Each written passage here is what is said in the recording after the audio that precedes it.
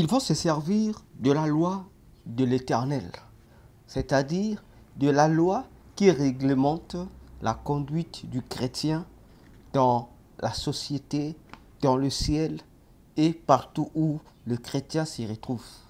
Quelle est cette loi? C'est la parole de Dieu. Alors, les agents de Satan vont s'en servir. C'est pourquoi ils vont faire quoi?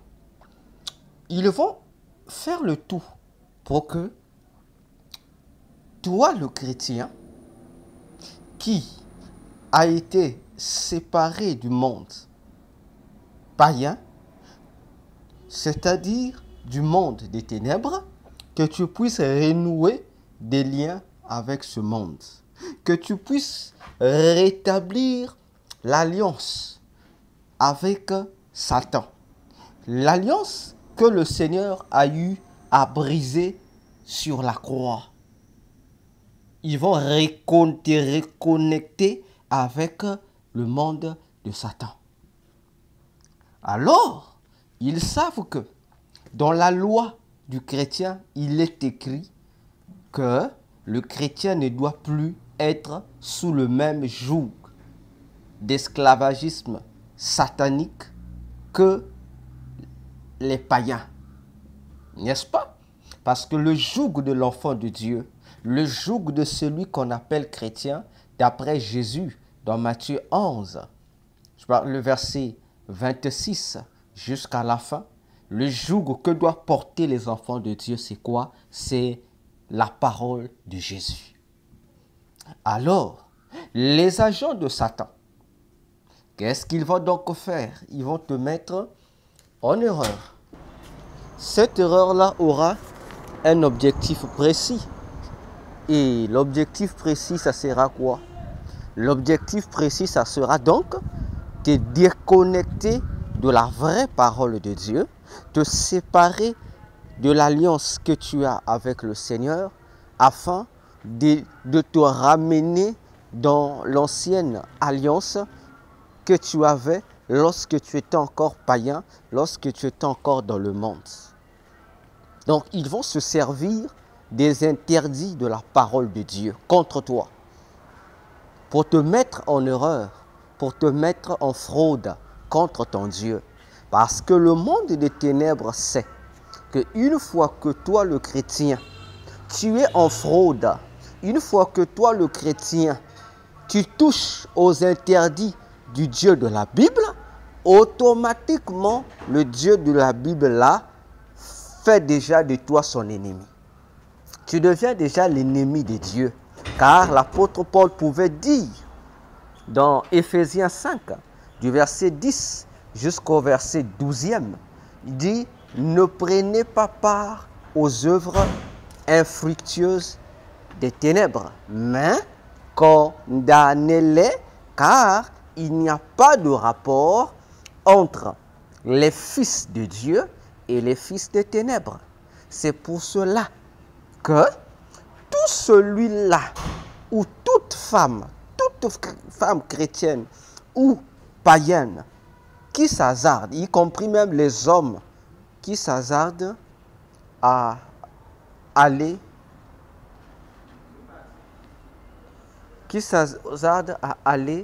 pactiser avec le monde des ténèbres.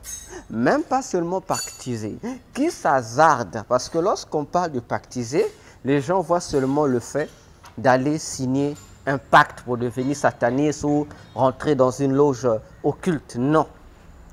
Le pacte avec le monde des ténèbres s'effectue de deux manières. Il y en a même trois. La première manière, c'est celle que tout le monde connaît. La personne va adhérer dans une confrérie mystique. La personne rentre dans des pratiques mystiques, fait une alliance. Oui. La deuxième catégorie d'alliance avec le monde des ténèbres, c'est quoi? C'est lorsque la personne va demander un quelconque service auprès du monde des ténèbres. Combien même physiquement on ne te demandera rien, combien même physiquement tu ne verseras aucune goutte de sang, combien même on ne va rien te demander de sacrifice, rien du tout. Sache-le que le fait seulement que tu es venu demander ce service-là, en contrepartie, sans que tu le saches, tu as déjà contracté une alliance avec le monde des démons. Troisième catégorie de l'alliance, c'est celle qui est faite inconsciemment. Tu ne te rendais pas compte que l'action que tu es en train de poser t'a déjà mis en alliance avec Satan. Voyez-vous, tout celui-là, femme, homme, chrétien comme païen, qui met son pied pour aller dans la maison d'un astrologue, d'un voyant ou d'un faux prophète, qui travaille en partenariat avec le monde satanique. Je dis bien et je répète en pesant mes mots. Toute personne croyante ou incroyante qui ose aller dans la maison d'un individu qui travaille consciemment pour Satan, sache-le que dès le jour où tu as mis ton pied chez lui, dans son temple, même si c'est une église, mais en réalité, celui qui est là travaille avec le monde des ténèbres. Sache-le que le fait que tu foules ton pied à cet endroit pour aller solliciter ses services, je te t'apprends, chaque fois que tu l'as fait, donc chaque fois que tu le fais ou tu l'as fait, on t'a enlevé dans tes années de vie, on t'a enlevé 5 ans. Donc ces 5 ans ont été soutirés. Maintenant, imagine-toi, toi qui es habitué à aller consulter ces individus-là, il te reste combien d'années de vie? Tu diras, mais docteur, tu exagères. Comment ça, chaque fois que je vais, on me lève 5 ans, 5 ans? Oui. 5 ans, 5 ans. C'est pourquoi, physiquement, vous allez trouver que nous exagérons. Alors que c'est un principe qui existe dans le monde des ténèbres. Que tu crois ou que tu ne le crois pas, sache-le que c'est comme ça. C'est comme ça et c'est comme ça. C'est pourquoi vous allez voir. Il y a des gens que toi, tu veux sacrifier pour tes mysticismes. On te dira que non, pas lui, change de personne. Mais comme dans le monde des ténèbres, il y a le principe du secret. On ne doit pas te dire la raison. On va juste te dire change. Mais toutes les personnes qu'on refuse comme sacrifice dans le monde mystique, on dit toujours non, ça veut dire que la personne là avait l'étoile de Dieu, la personne là appartenait à Dieu. Non, c'est faux. Ce n'est pas forcément que la personne appartenait à Dieu ou la personne a la marque de Dieu. Non. Il y a des gens, lorsque la secte, le magicien, le gourou, le féticheur te demande, lorsque tu lui amènes la personne à sacrifier, le féticheur en fait a déjà compris que la personne que tu veux lui sacrifier, en fait, c'est déjà une personne qui n'a pas de vie. C'est une personne qui était morte il y a longtemps parce que les nombres des années de sa vie ont déjà été coupés par le nombre de fois que la personne a eu à solliciter les services du monde des ténèbres ou encore que la personne avait déjà été tuée depuis longtemps, soit dans la sorcellerie ou par une autre personne. Voyez-vous? Mais si on te disait, toi qui viens consulter, dis que la personne est morte, non. Alors on doit te gagner en échange. Non, on va te mentir. Voilà les dieux, oh, voilà le grand maître a dit, pas ça, il faut changer. C'est comme ça que ça se passe et je sais de quoi je parle. Alors toi, chrétien, qui se fait lire de la bonne aventure, sache que vous tous là, peu importe le nombre de cette église, sachez que ce faux prophète vous a enlevé 5 ans, 5 ans, 5 ans, 5 ans de vie. Ne pensez pas qu'il va forcément vous tuer, non. Il vous a juste enlevé 5 ans de vie. Il ne va pas forcément vous tuer. Vous allez rester d'aller vivre, mais vous êtes mort. Oui, vous vivez, mais vous êtes mort. Ceux qui ont l'œil spirituel, lorsqu'ils vous voient, ils savent que votre durée de vie a été raccourcie. Alors, voilà ce que font ces agents de Satan, qui vous lisent des bonnes aventures, qui vous prophétisent l'avenir en se servant de cette stratégie de la lecture des lignes de vos mains. Voyez-vous?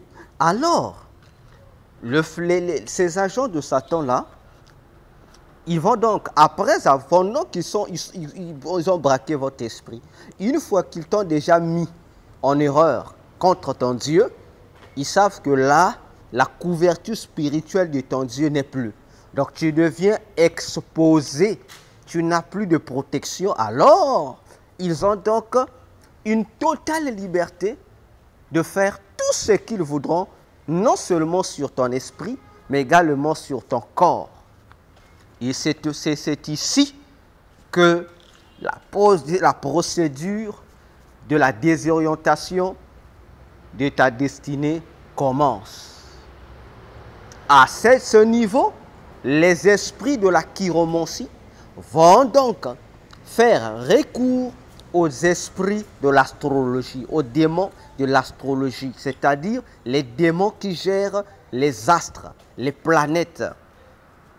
Et là, ils vont donc faire intervenir ce qu'on appelle les signes du zodiaque. Car c'est ce qui constitue la base astrologique pour la prédiction de l'avenir. Voyez-vous? Alors, si vous lisez Lévitique 19, le verset 26, vous allez voir là, Dieu interdit déjà cette pratique occulte de consulter l'armée des cieux, de consulter les nuages, de consulter ou de faire des pronostics sur le temps concernant l'avenir, en consultant les éléments de l'armée des cieux. Et ce sont ces éléments de l'armée des cieux qu'on appelle couramment par les signes du zodiaque. Parce que l'armée des cieux, c'est-à-dire les signes du zodiaque, sont les différentes figures que forment les constellations des étoiles là-bas dans l'espace spatial, c'est-à-dire dans l'univers où se trouvent le soleil, la lune, les étoiles, les comètes, les galaxies et autres. Voyez-vous, lorsque nous sommes sur la Terre, lorsque nous regardons par exemple la nuit, le soleil, plutôt la lune et les étoiles, nous avons l'impression que les étoiles, il y a des étoiles qui se regroupent entre eux et ce regroupage-là forme des formes animales.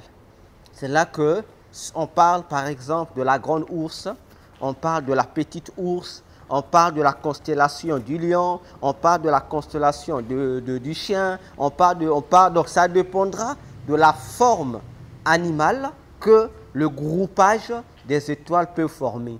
Et c'est chaque forme formée par ce groupage des étoiles qui forme l'ensemble de ce qu'on appelle les signes du zodiaque. D'ailleurs, si vous prenez dans Job 38 encore, le verset 32, le Seigneur Dieu lui-même en parle à Job de ces figures-là qui sont physiques. Mais au-delà de leurs apparences physiques, Satan aussi s'est approprié des mêmes signes pour créer aussi sa propre science sur ces signes du zodiaque que la Bible appelle dans tout l'Ancien Testament et le Nouveau Testament le culte à l'armée des cieux, culte que Dieu a interdit parce que derrière ce culte-là, ce n'est pas les signes du zodiaque comme tels qu'on vénère, qu'on invoque, mais derrière, ce sont des démons qui sont incarnés qu'on invoque. Voyez-vous, derrière ces signes du zodiaque, raison pour laquelle dans 2 Chroniques 35, versets 5 à 6, ces cultes, ces pratiques des consultations astrologiques des signes du zodiaque ont été prohibés par le Seigneur. Voyez-vous?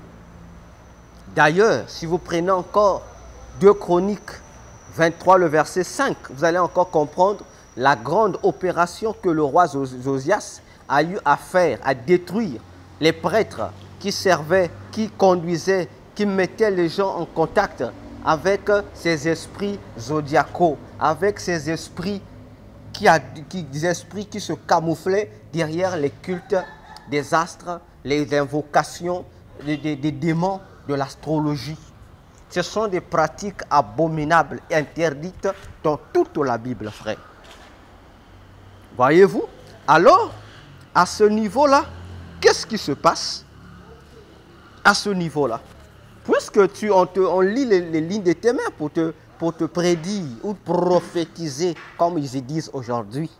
Une fois qu'on va prendre ton esprit qui devient un mouton, un esclave, on va soumettre ton esprit à ces esprits zodiacaux ou astrologiques.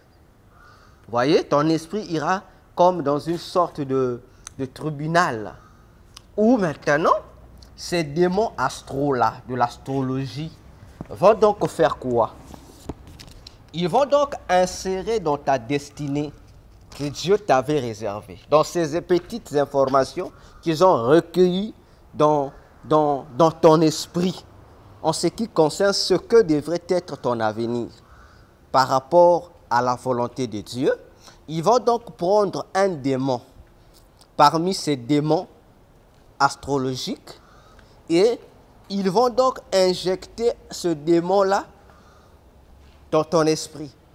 C'est-à-dire, ils vont soumettre ton esprit sous la domination de ce démon astrologique. Maintenant, ils vont, le conseil des esprits que tu as invoqué, que plutôt pas toi, que le faux prophète, le sorcier ou l'occultiste a invoqué pour te faire lire la bonne aventure, te prophétiser, soi-disant, ton futur. Ils vont donc se décider de ton sort. Quel est le mauvais sort qu'on va t'infliger, ce qui concerne ton avenir. En fait, ils vont te maudire. S'il était prévu dans ta destinée par Dieu que tu sois un homme, comme les gens l'aiment ça, un homme riche, alors, qu'est-ce qu'ils vont faire? Ils vont te maudire en décidant soit de faire que toute ta vie tu sois misérable, tu sois pauvre, ou encore toute ta vie, on te laisse avec ta richesse, mais tu ne profiteras pas de cette richesse-là.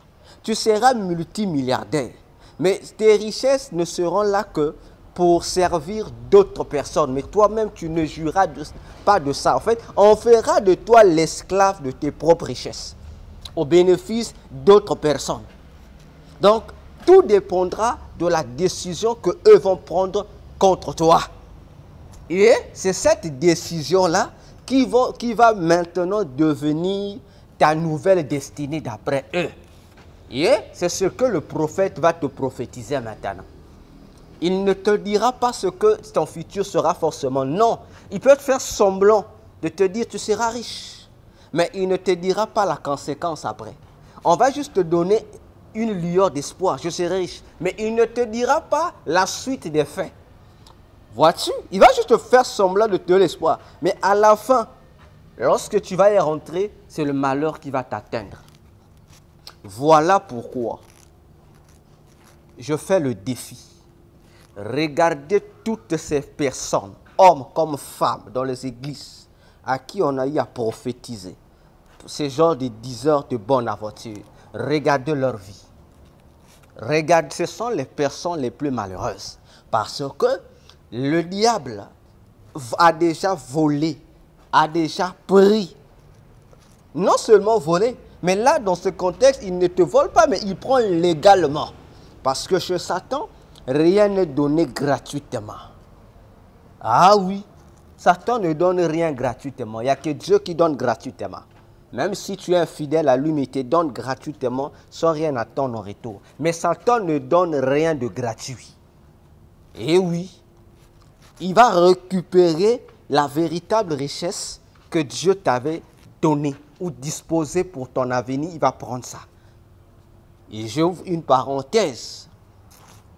Parfois, c'est dangereux, hein?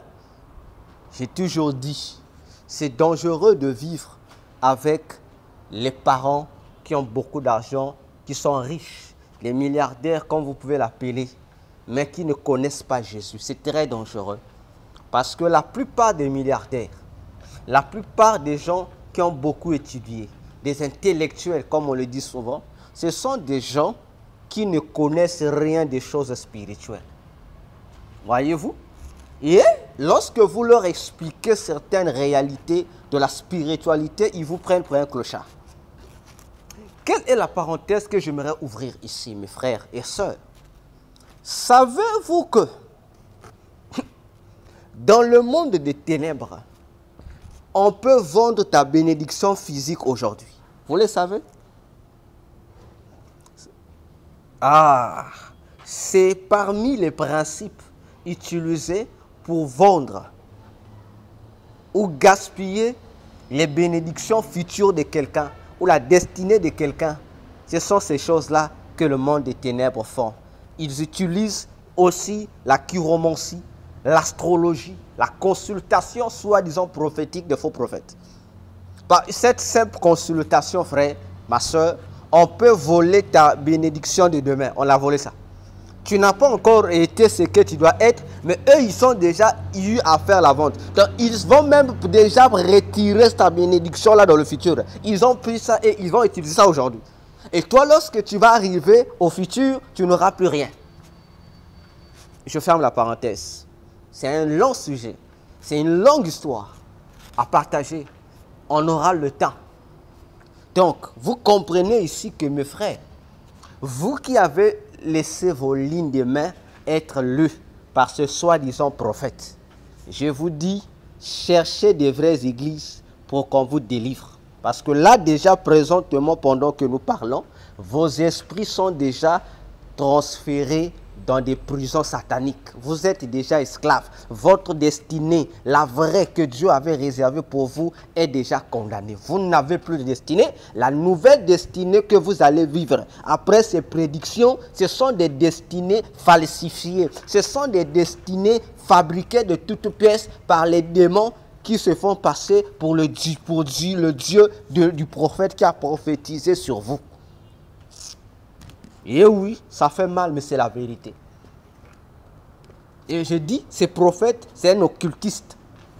Que ça vous plaise ou non, voyez-vous, il y a des individus qui n'ont plus de crainte de Dieu. Vous rentrez dans l'église qui est présumée être celle de Dieu pour venir pratiquer l'occultisme. Et je comprends pourquoi le Psaume 74 se prononce. Du 1er jusqu'au 6e verset, où les chantres se lamentaient. Parce que ce sont ces choses-là qu'ils voyaient d'avance. Ce n'est pas pour rien que les chantres des puissants étaient des gens, des prophètes, des gens qui prophétisaient dans leurs chansons. Ils ont dit, Éternel, jusqu'à quand laisserais-tu l'ennemi régner dans ton sanctuaire? Jusqu'à même à aller, Seigneur, enlever tes marques pour imposer leurs marques dans le sanctuaire de Dieu. Mes frères, faites attention. L'Église est agressée aujourd'hui à l'intérieur. Ce n'est pas à l'extérieur, mais à l'extérieur on agresse. Mais aujourd'hui, l'attaque de Satan contre l'Église est maintenant à domicile. Et ce sont les faux prophètes qu'on nous envoie. Pour d'autres, ce sont des vrais serviteurs de Dieu, mais qui ont été corrompus, qui sont devenus des mercenaires de Satan, qu'on nous envoie dans les églises qui se font passer pour des prophètes. Alors que ce ne sont pas des prophètes, ce sont des occultistes, ce sont des sorciers. D'ailleurs, ces prophètes-là, aujourd'hui, ne veulent plus qu'on les appelle prophètes. Ils veulent maintenant qu'on les appelle voyants. Sous prétexte que, dans l'Ancien Testament, les voyants c'était des prophètes. Mes frères, faisons attention. Hein? Voilà comment Satan manipule les Écritures. La Bible est claire. La Bible dit, autrefois en Israël, les gens qu'on appelle aujourd'hui prophètes, après pas aujourd'hui, à l'époque toujours, on les appelait les voyants. Mais plus tard, on a cessé de les appeler voyants pour les appeler des prophètes. Qui les appelait voyants? C'est le peuple. Qui les appelait voyants? Ce n'est pas Dieu. Parce qu'il n'y a aucun verset dans la Bible, à moins que quelqu'un me donne ce verset. Je n'ai jamais lu ce verset dans la Bible, de Genèse Apocalypse, où Dieu a appelé un de ses serviteurs voyants. Dieu, lorsqu'il appelait, il appelait toujours les serviteurs qu'il appelait sous cette vocation. Dieu les appelait toujours prophètes. Il y a une différence entre prophète et voyant. Le non-voyant, c'est les humains, le peuple qui avait baptisé les prophètes par des voyants.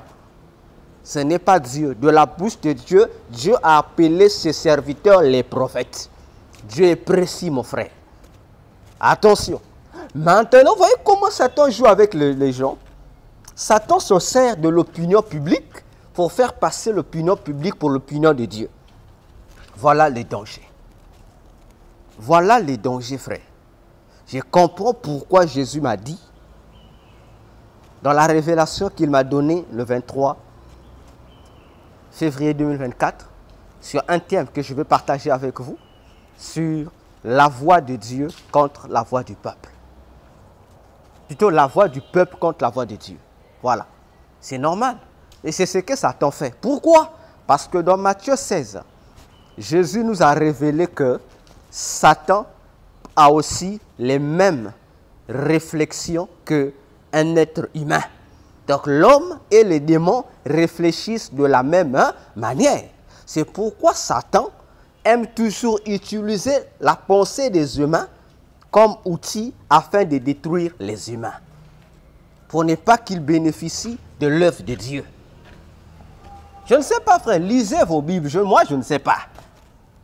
Si vous avez un seul verset dans la Bible où Dieu, de sa propre bouche, appelle ses serviteurs par des voyants, montrez-moi ces versets. Ça me fera du bien. Parce que moi, je n'ai jamais trouvé un seul verset où Dieu dit ainsi. Dieu n'appelle que ses serviteurs, s'ils sont dans cette vocation-là, Dieu les appelle des prophètes, ou encore des messagers, ou encore des justes. Voyez-vous?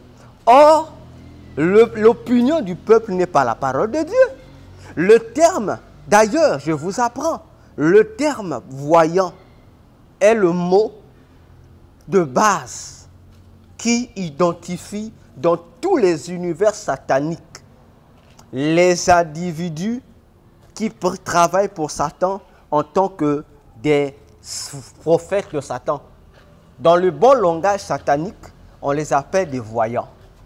Voyez-vous comment Satan joue avec nous? Il prend un terme pour embrouiller la population, pour dire non, on appelait les prophètes autrefois des voyants. Donc il s'apparaît avec un titre qui n'a rien à voir avec le titre de la Bible. Devant vous dire non, ne m'appelez plus prophète, je suis voyant. Mais frère, si quelqu'un dit que ne l'appelez plus prophète, appelez-le maintenant voyant. Comprenez simplement que il vous révèle son identité spirituelle désormais. Il vous révèle l'état véritable de son âme qu'il a changé de camp. Oui, il a changé de camp. Vous vous dites parce que là-bas, dans le monde de Satan, on les appelle souvent des voyants. Les diseurs de bonnes aventures, les astrologues, on les appelle des voyants. Alors, Église, je sensibilise encore pour dire, attention, répondez-vous. Vous qui aimez les bonnes aventures,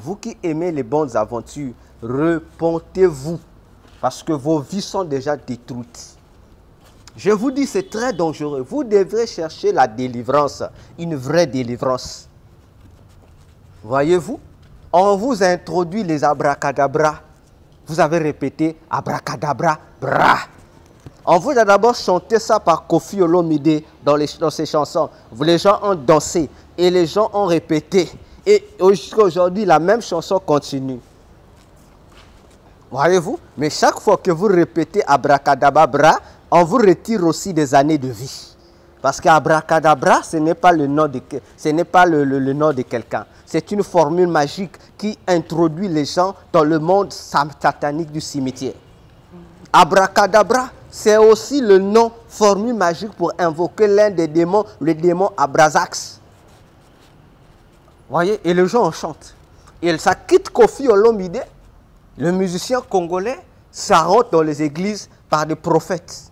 Le prophète, le faux prophète, comme Joël Francis Tatou, qui demande à toute l'église de répéter ça. Il veut dire non, ce n'est pas une formule magique, ce n'est pas satanique, c'est divin.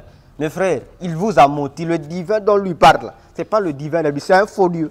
Parce que abracadabra n'a jamais été une formule de Dieu. C'est une formule magique, c'est une incantation. Même le novice dans la magie connaît abracadabra. Voyez, c'est parmi les formules de base de la magie.